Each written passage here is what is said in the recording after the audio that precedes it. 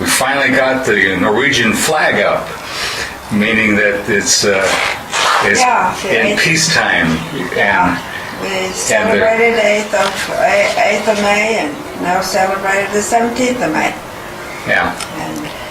But we have a new normal. We have a new normal, and I still haven't found out what normal is. So that's ongoing journey. Yeah, it's an ongoing journey, definitely. So, what did your new normal after war years? What would a day kind of look like? Well, I think I could probably say everybody was walking around with a smile on their face, and I think probably most likely if I'd been a little bit older, I would have noticed the relief on everybody's face. I know I felt a relief. I didn't have to worry about pulling down the blinds anymore, and a lot of things we didn't have to worry about. The Germans were not all over anymore. I don't know how they disappeared so fast, but it was like if you had a bunch of beetles on the ground and you all of a sudden turn the light on and they go like that, and it almost felt like that. As a matter of fact, that's what I thought at once when I saw that. But everything was like I almost said, everything was back to normal. But what is normal? Everybody did what they had to do, of course, and it just, like I said, just seemed like everybody was freer and happier. They didn't walk with caution anywhere. Everything was open, and like the first 17th of May, of course, the flag went up on the 8th of May. That was the Freedom Day, and then by the time 17th of May came out, the Constitution Day. Constitution Day is right. And for some reason, all of a sudden, Norway was up and out, with red, white, and blue all over the place. The first thing that we thought, and I came back to Bergen. A few days after the 8th, I was back to Bergen. And of course, the first thing we wanted to see was my father, and he didn't just automatically come back appear the same day the war ended. My mother remembers an airplane flying over the house, and just as he came down over, she saw it flipped the wing flipped down, and I guess he came in like that. And she just knew that father was on that plane. And we've never got that substantiated, but she and he both feels that that's what, because he had asked them to do it. But anyway, he didn't come home that day, and it's a couple of days later, and he still wasn't home, so I guess she figured that he hadn't come home on that plane after all. And so she took a trip down to downtown Bergen, and went in. She knew that all the returned soldiers would be coming to that hotel and then disperse from there. And she went in and asked the clerk if he was there, by name, of course, and he said, well, he didn't know, but she could go to room 335, I think it was, and they would know up there. And he had looked on a schedule to see. I guess they had a list. Anyway, he sent her up there, and she came up there and knocked on the door, and the door opened, and there he was. So I can just imagine how good both of them felt, because why my dad hadn't come home before that, I don't know, but I imagine there was a lot of red tape still that they had to be taken care of. And so anyway, he was home, and he was able to go downtown with us, and we had one heck of a wonderful 17th of May. And I remember I had my first ice cream on a stick. What flavor? vanilla, of course. They hadn't figured out the other taste yet. I can never remember eating ice cream before that, so to me it was a little, about an inch on each side, so it was a square on a stick, and it was yellow, or light yellow, and it tasted like heaven. It was just so, oh my gosh, it was so good. And we had pölsa, and with cinnamon. Pölsa is a wiener, but you can't compare them with wieners because the Norwegian pölsas, there's no one that makes them as good. But anyway, just in a paper and little kringle, that's a little cracker that's made like an eight. And anyway, that was what we got. I mean, we hadn't had things like that during the war. How they found out and got it that fast, I don't know. I was just a little kid, and I was kind of a bystanding person to all the beautiful stuff that was going on around me.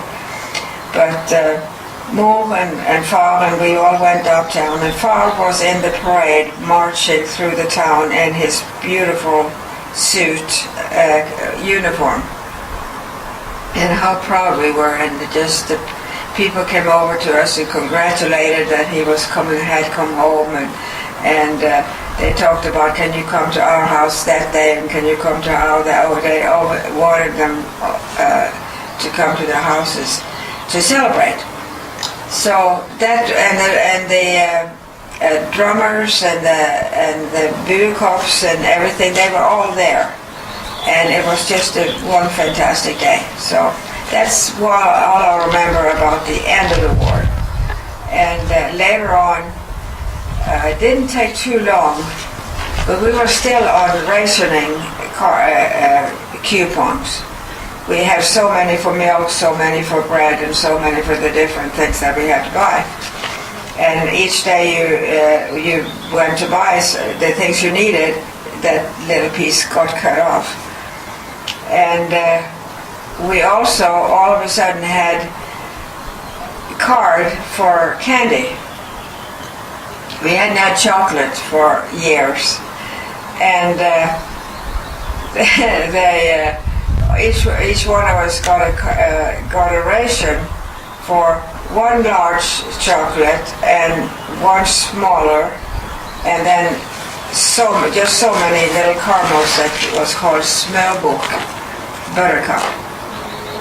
And so I remember we just ran down to the chocolate store, and we got our rations and devoured them as fast as we could. Or I should say, my sisters did.